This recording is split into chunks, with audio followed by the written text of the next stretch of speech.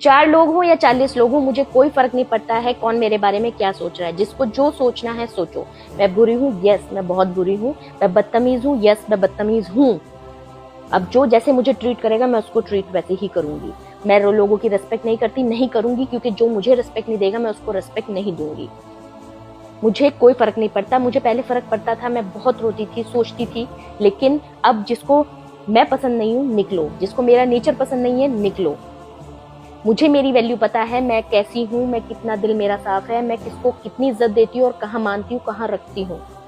तो मुझे ऊपर वाले को जवाब देना है। मुझे तुम जैसे 4 या 40 लोगों के वैलिडेशन की जरूरत नहीं है। तो इसलिए प्लीज, छोटी सी लाइफ है, खुश रहिए, दूसरों को भी खुश रखिए।